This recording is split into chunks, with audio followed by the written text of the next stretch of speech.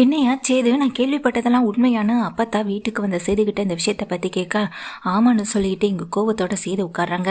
ராஜாங்கமும், என்னையா சேது, அந்த தமிழ்ச்செல்வி உன்னை எதிர்த்து தேர்தலில் போட்டிடுறதா இப்போதான் எனக்கு ஃபோன்லாம் வந்தது, அதெல்லாம் உண்மையா? வேட்புமனு தாக்கல் பண்ணதெல்லாம் சொல்கிறாங்க அப்படின்னு ராஜாங்கமும் கேட்க, ஆமாப்பா, அவள் வேணும்னே என்னை தேர்தலில் நான் ஜெயிக்கக்கூடாது, நான் அசிங்கப்படுத்தணுன்றதுக்காகவே தான்ப்பா என்னை எதிர்த்து அவள் இந்த போட்டியில் நிற்கிறான் அப்படின்னு அங்கே சேது சொல்ல, அது இல்லைம்மாம்மா, அது வந்து அப்படின்னு தயங்கி நின்றுட்டுருக்காங்க.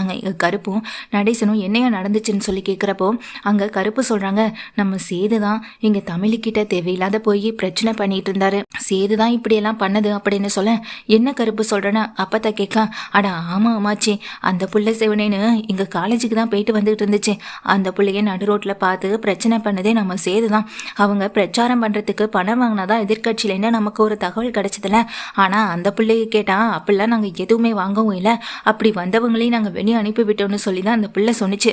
ஆனால் இந்த சேது தான் சும்மா இல்லாமல் எதுக்கு பணத்தை வாங்கிட்டு எதிர்கட்சிக்கு நீங்கள் சப்போர்ட் பண்ணி பிரச்சாரம் பண்ணணும், தைரியம் இருந்தால் என்னை மோதி பாருடி, என்னை மோதி பார்த்து ஜெயிச்சு பாருடின்னு இங்கே சவால் விட்டதே நம்ம சேது தான். சேது சவால் விட்டதுனால தான் அந்த பிள்ளைக்கு கோவம் வந்து இப்போ வேட்புமனுவும் தாக்கல் பண்ணியிருக்குன்னு சொல்ல, ஐயோ அடி ஆத்தி, இந்த மாதிரி பிள்ளையை சுமந்துக்கிட்டு இருக்க நேரத்தில் பிரச்சாரம் அப்படி இப்படின்னு கிளம்பி போனான்னா அவள் உடம்பு என்ன ஆகுறது, அவள் பிள்ளைக்கு தான் என்ன ஆகுறதுன்னு சொல்ல, என்ன அத்தனைங்க, அவள் எக்கேடு கேட்டு போனால் நமக்கு என்ன, நம்ம குடும்பத்தையே இப்படி சீரழிச்சவ தானே அவ, அப்படி இருக்கும்போது இப்போ நம்ம மாமா எங்கள் எலெக்ஷனில் நிற்க வேண்டியது, அவரை இந்த நிலைமைக்கு கொண்டு வந்து விட்டதே இந்த தமிழ் தானே அப்படின்னு சொல்ல, ஹாய் சும்மா இருங்கடி அப்படின்னு அவங்கள திட்டிட்டு, அந்த தமிழுக்கிட்ட நான் பேசி பார்க்குறேயா, இந்த வேட்புமனு தாக்கல் பண்ணியிருக்கதை நான் வாபஸ் வாங்க சொல்கிறேன், அது அவளுக்கும் அவள் குழந்தைக்கும் நல்லதாக இருக்கும்ல அப்படின்னு சொல்ல, அம்மாச்சி அப்படிலாம் நீங்கள் எதுவும் பண்ண வேண்டான்னு கருப்புன்னு சொல்கிறாங்க, ஏயா கருப்புன்னு சொல்லி கேட்க, அந்த பிள்ளை இங்கே பிடிவாதத்தோட தான், அதுவும் நம்ம சேது சொல்லி இப்படி அசிங்கப்படுத்தினதுனால தான் அந்த பிள்ளை நிற்கணும்னு ஒரு முடிவு பண்ணி இந்த வேலையெல்லாம் பண்ணிக்கிட்டு இருக்கேன், அப்படி இருக்கப்போ நம்ம சொல்கிறதெல்லாம் அது கேட்காத அம்மாச்சி அப்படின்னு இங்கே கருப்பும் சொல்கிறாங்க.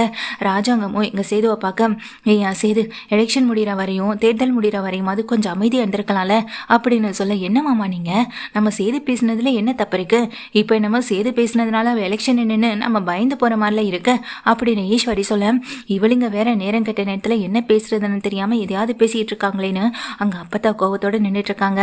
அப்போது அங்கே இருக்க ராஜாங்கமும், சரியா சேது, அந்த பொண்ணு நின்னா நின்றுட்டு போட்டும், நீ நம்ம பக்கம் என்ன பண்ணணும், என்ன பிரச்சாரம் பண்ணலாம், எங்க பிரச்சாரம் பண்ணலான்றத முடிவு பண்ணு, நான் வேணா உனக்கு துணையாக வந்து நிற்கிறேன் அப்படின்னு சொல்ல, சரிங்கப்பா அப்படின்னு ரூமுக்கு போகிறாங்க.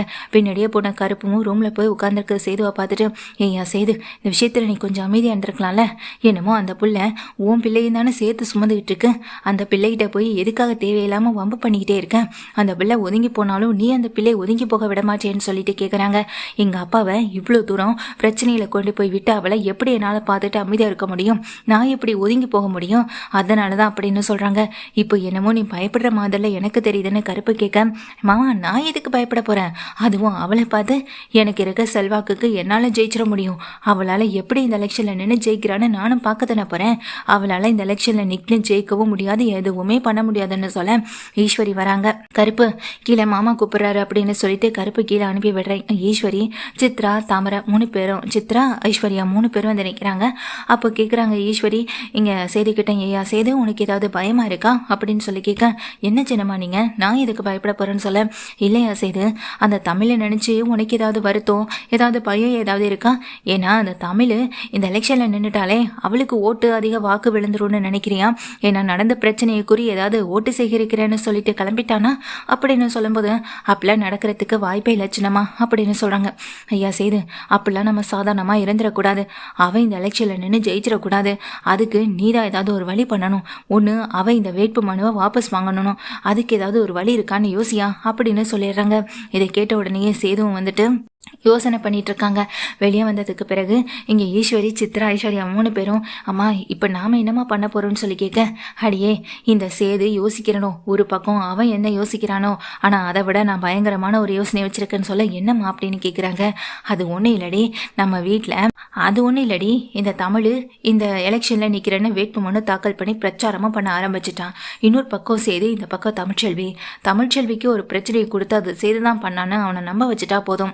சேதுவும் இந்த எலெக்ஷனில் நிற்க முடியாது, தமிழ்ச்செல்வி இந்த எலெக்ஷனில் நிற்க மாட்டான் அப்படின்னு சொல்லும்போது இதை கேட்டதுமே ஆமாம் எப்படிம்மா அதெல்லாம் முடியும்னு சொல்லிட்டு கேட்குறாங்க. அதெல்லாம் ஈஸியாக முடியும்டி, நான் பார்த்துக்கிறேன் அப்படின்னு சொல்லிடுறாங்க.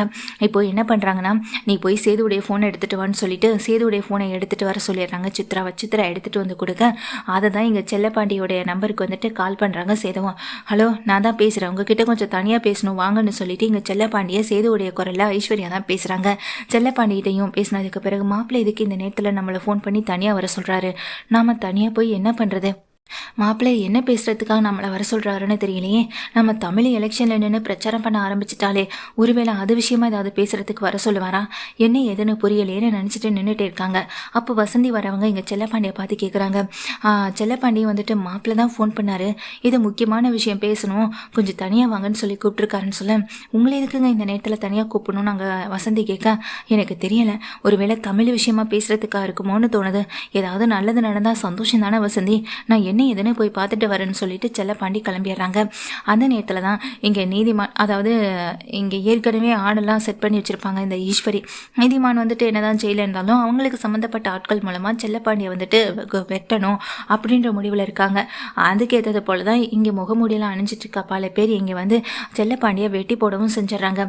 செல்லப்பாண்டி வெட்டுப்பட்டு கிடக்க அந்த இடத்துல இருந்து அவங்க எல்லாரும் தப்பிச்சு போக இந்த விஷயம் தான் இங்கே தமிழுக்கு தெரிய வருது.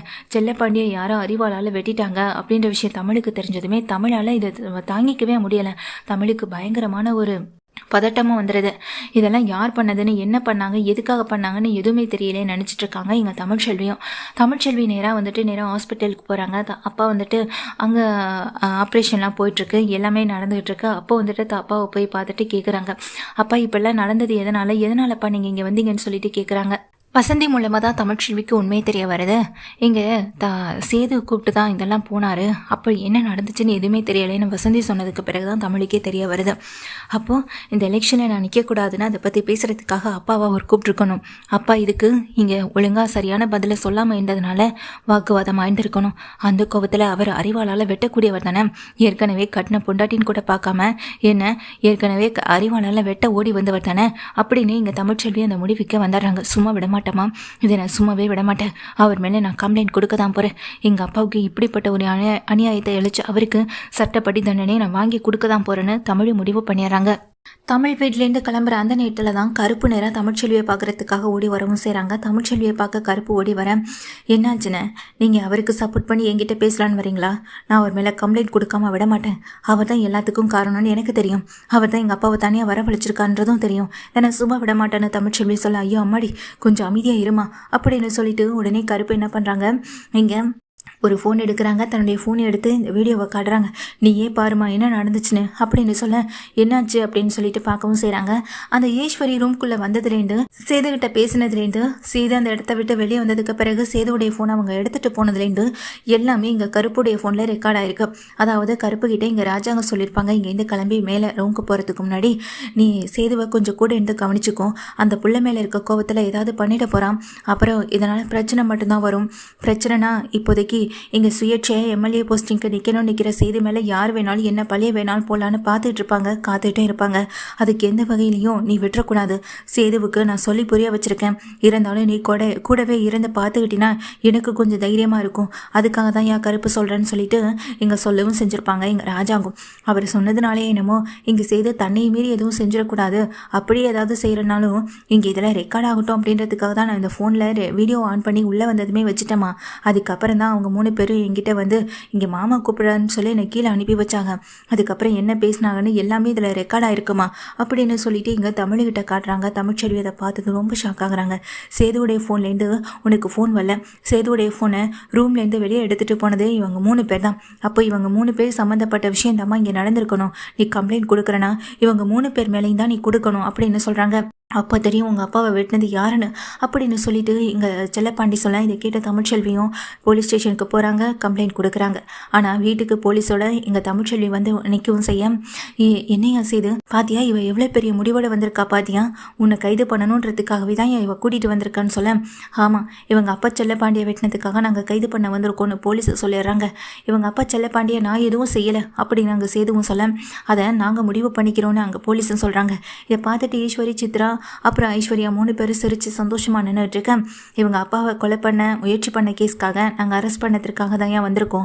நாங்கள் அவங்கள அரெஸ்ட் பண்ணிட்டு போய் விசாரிக்கணும்னு நினைக்கிறோம் அப்படின்னு சொல்லவும் செய்ய, இதை கேட்டதும் ராஜாங்கமும் இல்லை என் பிள்ளை அப்படிப்பட்டவன் கிடையாதுன்னு சொல்ல, என்னடி தமிழ்ச்செல்வி நீ இங்கே சேதுவை எதிர்த்து போட்டியிடணும், அதில் ஜெயிக்கணுன்றதுக்காக இந்த நாடகம்னு நடத்திட்டு இருக்கியா? உங்கள் அப்பாவை வெட்டுப்பட்ட மாதிரி ஹாஸ்பிட்டலில் போய் படுத்துக்கோ, நான் இதுக்கெல்லாம் காரணம் இவன் தானு சொல்லிட்டு நான் கம்ப்ளைண்ட் கொடுக்குறேன். அப்புறம் சேது மேலே கம்ப்ளைண்ட் கொடுத்துட்டா அவனுக்கு இருக்கிற எம்எல்ஏ போஸ்டிங்கும் வாபஸ் வாங்கிடுவாங்க. இதுக்கப்புறம் அவனுக்கு எம்எல்ஏ நிற்கிறதுக்கான வாய்ப்பும் கிடையாது அப்படின்னு முடிவு பண்ணி தான் இதெல்லாம் செஞ்சுட்டு இருக்கேன்.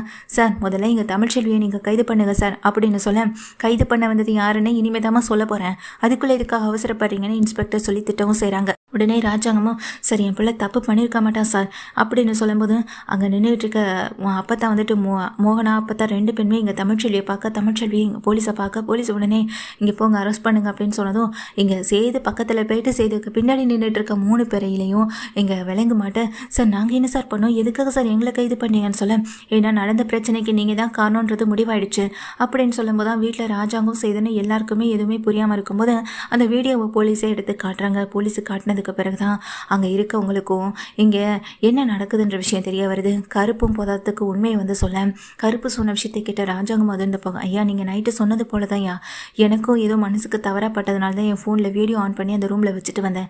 இவங்க 3 பேர் சம்மந்தப்பட்ட விஷயம் தான் ஐயா, இது 3 பேர் சம்மந்தப்பட்ட விஷயத்தினால மட்டும் இதை நான் சொல்லலை. எங்கள் சேதுடைய ஃபோன் எடுத்து சேது குரலில் எங்கள் செல்லப்பாண்டிக்கு ஃபோன் பண்ணியிருந்திருக்காங்க. இதே தப்பு தான் என் அன்னைக்கும் நடந்திருக்கு. தமிழ்ச்செல்வியுடைய ஃபோன் எடுத்து தமிழுடைய குரலில் செல்லப்பாண்டி சித்தப்பாவுக்கு ஃபோன் பண்ணியிருந்திருக்காங்க. அதுதான் நடந்திருக்கு. அதுவும் இவங்க சம்மந்தப்பட்ட விஷயம் தான். நடந்த பிரச்சனைகள் எல்லாத்துக்கும் காரணம் எங்கள் தமிழ் கிடையாது. தமிழை வச்சு இங்கே கேம் விளையாடிக்கிட்டு இருக்க இவங்க 3 பேர் தான் காரணம்னு கருப்பு சொல்ல, நான் என்னை நிரூபிக்கணுன்றதுக்காக வரல. என் அப்பாவுக்கு இன்னைக்கு இப்படி ஆனது நாளைக்கு யாருக்கு வேணாலும் நடக்கலாம். அதனால இதை நான் சும்மா விடக்கூடாதுன்றதுக்காக தான் வந்தேன். என்னை நிரூபிக்கிறதா இருந்தால் எப்போவோ நிரூபித்து தப்பு செஞ்சவங்களுக்கு தண்டனை என்னால் எப்போவோ வாங்கி கொடுத்துருக்க முடியும். இதனால் பாதிக்கப்படுறது நானாக இருக்கிறதுனால மட்டும்தான் இந்த விஷயத்தில் நான் தலையிடாம இருந்தேன். ஆனால் என்னை மீறி என் குடும்பத்தை சீண்டும் போது அதுக்கான தண்டனையை நான் வாங்கி கொடுக்காம விட மாட்டேன்னு இங்கே தமிழ்ச்செல்வியை சொல்ல, அங்கே நின்றுட்டு இருக்க சேது, ராஜாங்கம், மோகனானு எல்லாரும் உடஞ்சி போய் நிற்க, சார் முதல்ல இவங்களை கைது பண்ணி கூட்டிகிட்டு வாங்க சார், எதுவாக இருந்தாலும் ஸ்டேஷனில் போய் வச்சு விசாரிக்கலான்னு அங்கே தமிழ்ச்செல்வி சொல்லிடுறாங்க. அதுக்கு பிறகு அங்கே நின்றுக்கிட்டு இருக்க அந்த 3 பேரையும் கைது பண்ணி அங்கேருந்து இழுத்துட்டு போக, நம்ம வீட்டில் நம்ம கூடவே இருந்து குழி பறிச்சிருக்காளுங்க, இவளுகளை சும்மாவே விடக்கூடாதுன்னு அப்பத்தான் ஒரு பக்கம் திட்டுறாங்க. ராஜாங்கமும் சேதுவும், ஐயா சேது முதல்ல நீ போயிட்டு செல்லப்பாண்டிக்கு என்ன அனுச்சுன்னு போய் பாரு அப்படின்னு சொல்ல, அங்கே நின்றுட்டு இருக்க கருப்பு, வேணையா சேது, தமிழ் பிள்ளைக்கு இப்போவும் மேலே இருக்க கோவம் குறையலை. செஞ்சது தப்பு நீ செய்யவே இல்லைனாலும், ஆனால் இதுக்கு முன்னாடி நடந்த தவறுக்கு நீ ஒரு காரணமாக இருந்திருக்க. இந்த வீட்டில் இருக்கவங்க மேலே நம்பிக்கை வச்சிருந்த அளவுக்கு அந்த புள்ள கல்யாணம் பண்ணிட்டு இந்த வீட்டுக்கு கூட்டிகிட்டு வந்த வாழ வந்த அந்த புள்ள மேலே உனக்கு நம்பிக்கை இல்லையன்ற கோவம் அந்த பிள்ளைக்கு இன்னமும் இருக்குது. அதனால் நீ இந்த விஷயத்தில் கொஞ்சம் தள்ளி ஏறியா அப்படின்னு கருப்பும் சொல்லிட்டு போயிடுறாங்க. சேது அப்படியே உடஞ்சி போய் கண்கலங்கி நிற்கிறாங்க. ஆனால் தமிழ் இனி எப்போதும் சேதுவை ஏற்றுக்கிட்டு சேது கூட வந்து வாழ்கிறதுக்கு கொஞ்சம் கூட தயாராகவே இல்லை.